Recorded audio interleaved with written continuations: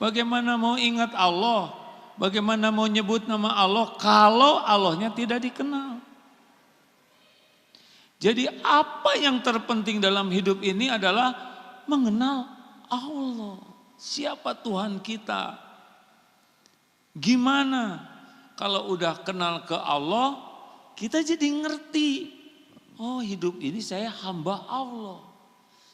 Tidak ada yang lebih keren dalam hidup ini selain jadi hamba Allah. Sekarang pembantu presiden aja menteri segitu gimananya gitu ya.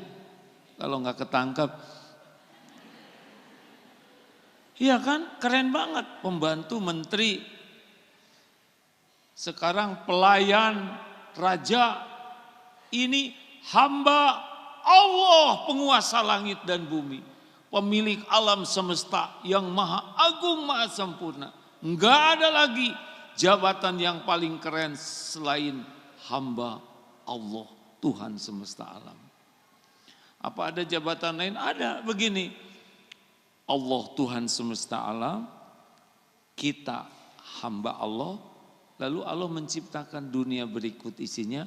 Huwaladzi khalaqalakum ma fil ardi jami'a. Dunia berikut isinya ini adalah pelayan kita. Allah Tuhan kita hamba Allah, harta, gelar, pangkat, jabatan, penampilan, popularitas, tetek bengek dunia ini pelayan kita dalam rangka menghamba kepada Allah. Sebagian besar orang tahu nggak di mana? Turun menjadi pelayan hambanya. Benar? Benar enggak? Koruptor itu pelayan duit. Lihat ini. Semua nih pelayan saya nih. HP pelayan, kacamata, baju, gelas, tisu, ini. Semuanya melayani kita dalam mengabdi kepada Allah. Berapa banyak yang menjadi hamba baju? Benar tidak Bu? Hamba gelar, hamba jabatan, hamba penampilan, hamba pujian. Yang seharusnya semua itu pelayan kita. Kenapa ini terjadi? Karena dia belum mengenal Allah. Nah, sekarang mengenal Allah itu dari mana?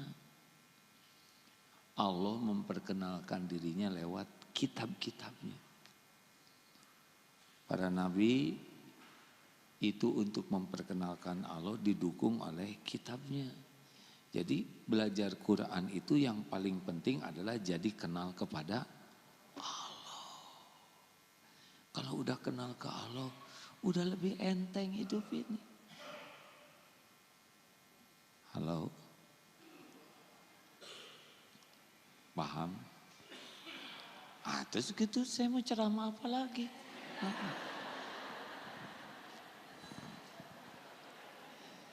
Siapa Allah? Qul huwallahu ahad. Katakan Allah itu ahad. Ahad ini satunya Allah beda dengan satunya kita. Kalau kita setengah tambah setengah satu, 2 dikurang 1, 1, 3 dibagi 3, 1. Allah laisa kamislihi syai'un. Allah tidak menyerupai dan diserupai apapun. Dialah Allah pencipta alam semesta yang amat dahsyat. Ada yang nanyakan, gimana kita kok nggak bisa membayangkan Allah? Ini ilustrasinya ya. Ilustrasi untuk membuat kita paham tidak mungkin kita membayangkan Allah.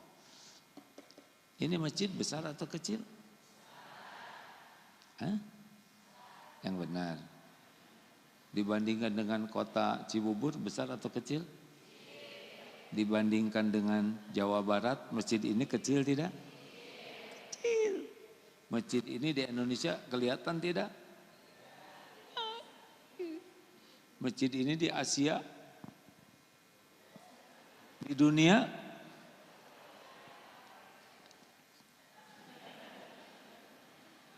masjid ini di dunia udah nggak ada apa-apanya, kecil. Pejabat-pejabat yang dihormat-hormat itu, betul tidak? Sama semuanya, kecil. Kalau saya mah jelas kecil ya.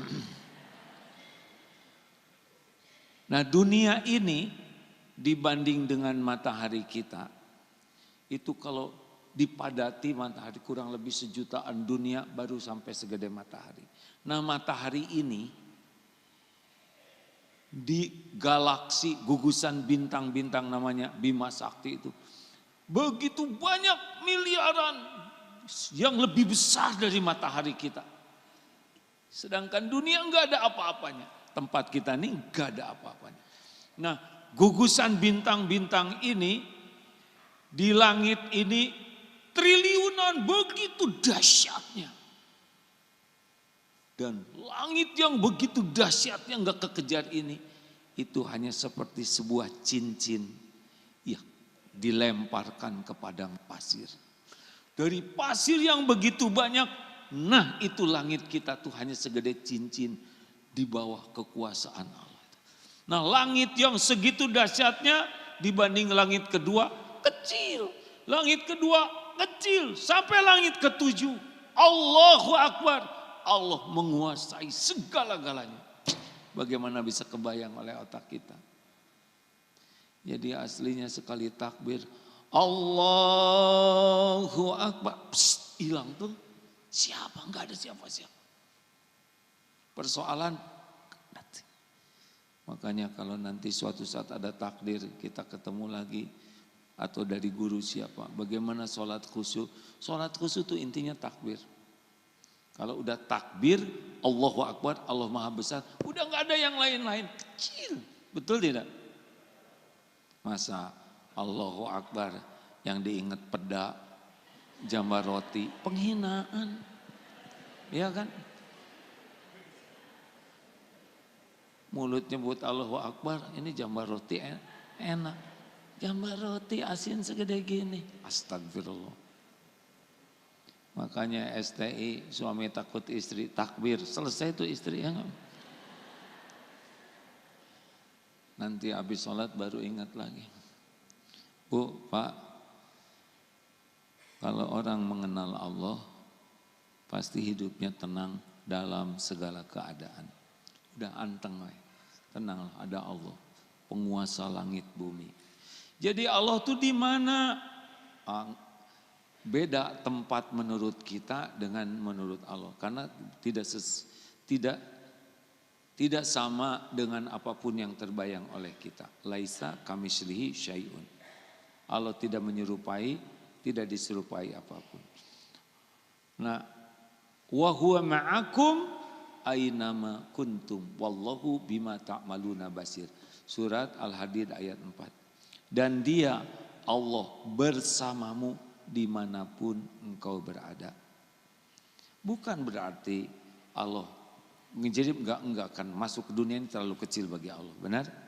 Tapi pengetahuan Allah, ilmu Allah, kekuasaan Allah bersamamu dimanapun engkau berada. Dan Allah Maha melihat apapun yang engkau kerjakan. Jadi bisa kita bersembunyi? Enggak bisa. Ali Imran ayat 5. Innallaha la yakhfa alaihi syai'un fil ardi wala fis sama. Sesungguhnya bagi Allah tidak ada yang tersembunyi baik di bumi maupun di langit. Coba, kita tidak akan pernah merasa sendiri. Enggak ada itu. Lagu gimana tuh? Sendiri, aku sendiri. Jadi enggak mungkin. Paling bersamamu, selalu bersamamu. Gitulah. Ini Allah lagi melihat kita. Tidak ada yang tersembunyi, tidak ada yang tersembunyi. Sekecil apapun Allah tahu. Walaupun di perut bumi pasti Allah tahu. Allah tahu daun yang jatuh? Allah tahu tidak? Bagaimana Allah tidak tahu sedangkan daun itu ciptaan Allah, yang merancang adalah Allah, hidup dengan izin Allah, jatuh juga dengan izin Allah. Kalau orang sudah yakin seperti ini, udah nggak ada sepi-sepinya, itu nggak pernah kesepian. Dalam keramaian dia tetap merasa dengan Allah, dalam kesendirian juga bersama Allah. Makanya orang-orang yang mengenal Allah mah nggak berharap dari makhluk, sebab makhluk nggak bisa apa-apa kalau Allah nggak mengizinkan. An-Nahl 53. Wa ma bikum min ni'matin famin Allah. Nikmat apapun yang ada padamu dari Allah. Terus dari siapa lagi? Hah? Yang menciptakan segalanya siapa? Jawab. Yang memiliki segalanya siapa? Yang menguasai segala-galanya siapa? Adakah sesuatu di alam semesta ini yang bukan ciptaan Allah? Ada tidak? Adakah sesuatu di alam semesta ini yang bukan milik Allah?